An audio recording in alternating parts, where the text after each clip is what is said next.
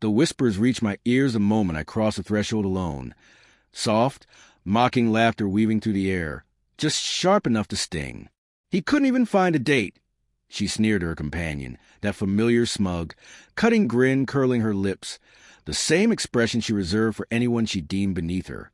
I held my ground, gaze steady, refusing to be baited by their venomous taunts.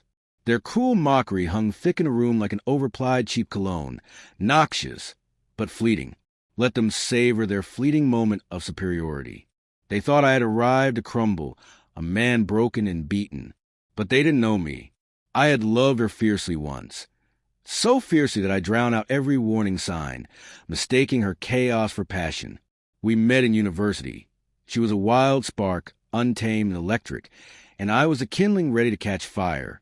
She said I anchored her, gave her stability. I believed her words carried weight. Our life together shimmered like a carefully polished photograph.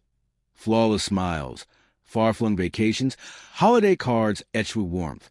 But beneath that glossy surface, cracks were quietly spreading. Then Marcus appeared. Her husband now, but back then just a colleague with too many late-night meetings and flimsy excuses. Too many times her phone would fail during supposed outings with friends. The truth hit me one night when I caught her scent on my closest friend's jacket. He stammered for an excuse.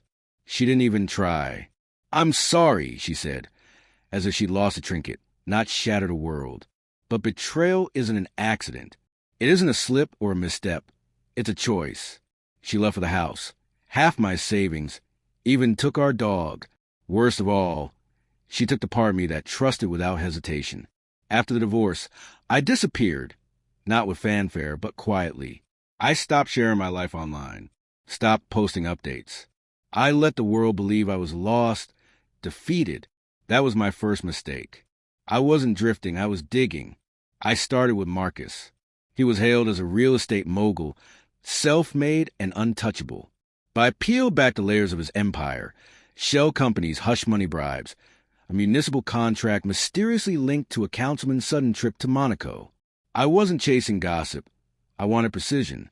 Evidence sharp and clean, like a scalpel's cut. I found it in a murky condo development. Kickbacks, fake investors, a charitable front. A friend, a former hacker who owed me a favor, helped me assemble a dossier. I named it Fortitude. This wasn't vengeance. Not yet. It was groundwork. Then she shared that photo. The engagement celebration, timed cruelly on what would have been our anniversary. She wore the pendant I'd picked out in Budapest, captioned it some closure, sparked brighter futures. That's when pain crystallized into cold determination. I made calls, sent messages, reconnected with old allies in high places. People who had forgotten I wasn't just some scorned ex. I had built companies, closed deals worth more than their combined fortunes. I wasn't gone, just unseen. In that quiet, I met Elena. She wasn't just sharp, she was a force. A venture capitalist who had transformed fledgling tech firms into empires by her early 30s. Her smile could sway an entire conference room, but her instincts were lethal. I told her everything. I said, the betrayal, the strategy. She didn't flinch. "Let's make them notice," she said, her voice a silken promise.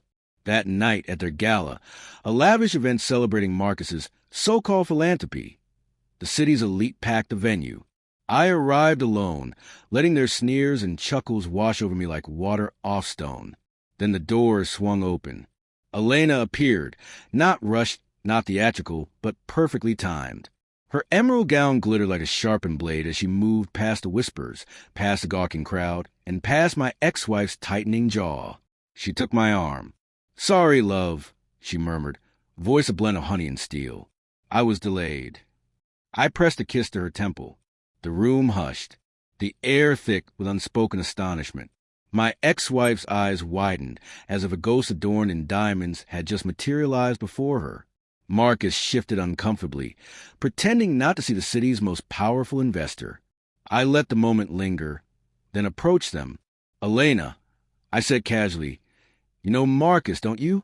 We were just discussing his property fund last week." Elena's eyes locked on my ex-wife, her lips curling with barely contained mirth. Oh, that Marcus? She said. The one under federal scrutiny?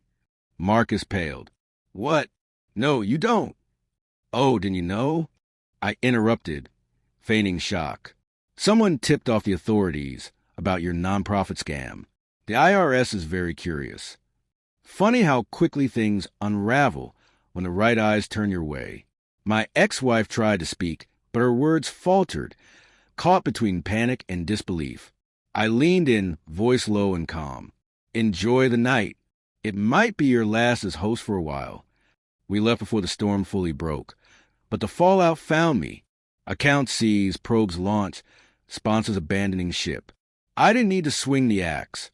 I just made sure they were holding it when the truth landed. Now, a week later, I sit as Elena finalizes a buyout of one of Marcus's collapsing projects. A fitting twist of fate. The rage has faded, replaced by peace. Anger is loud. I've learned the strength of stillness. I don't need to raise my voice to be heard. My silence echoes through the ruins of their arrogance. Retribution wasn't a spectacle. It was a whisper delivered with a razor-sharp smile. It ended not with a bang, but with her rooted in place, and me walking away, hand in hand with Elena, a woman worth building a future with, reclaiming control and dignity I once surrendered.